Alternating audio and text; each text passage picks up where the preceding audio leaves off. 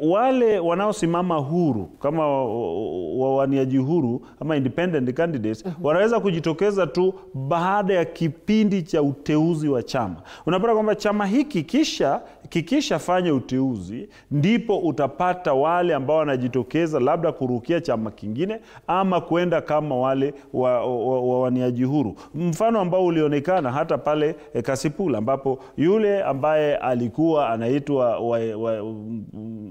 mwaniaji huru alikuwa mwana ODM, amevalia kofia ya ODM mpaka wakati ule alihisi kwamba hatapata nafasi. Wengine nao wakaweza kufika hata kwenye uteuzi, kisha ODM baada ya kutangaza mwaniaji wake ambaye alikuwa ni Boyd Were, wao wakagura nao kujifanya huru. Huwezi kuwa huru kwa sababu iwapo tutakuwa na itikadi ambao iko kwenye chama, basi utasema iwapo chama sio hiki basi mimi siendi kwenye uchaguzi. Lakini katika taifa letu bado hatuna itikadi kali kwenye vyama vyetu.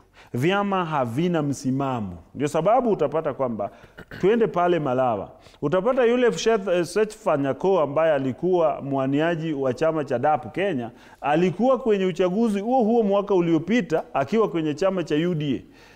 Ni vipi yule ambaye aliwania kiti hicho kwenye kipindi hiki kimoja, bado ni bunge la 11 ama 13, bado ni bunge hili, na yuyu aliwania kuingia kwenye hili bunge kupitia chama hicho cha UDA. Lakini wakati tunakuwa na uchaguzi mdogo unajikuta kwamba yuko kwenye chama kingine na amefika kwenye debe. Kwa hivyo itikadi bado haipo kwenye vyama vyetu. Na nikimalizia hapo ni kwamba kama taifa tukubali kwamba tuko na demokrasia changa, na tukubali kwamba demokrasia hii yetu changa bado itakuwa ni demokrasia chama ama ni wanasiasa wenyewe ambao hawataki kukua? Demokrasia changa kwa sababu iwapo tungeangalia sheria za vyama, basi yule Panyako asingefai kuruhusiwa kusimama. Na wale waliogura mwaka 2022 hawangegura.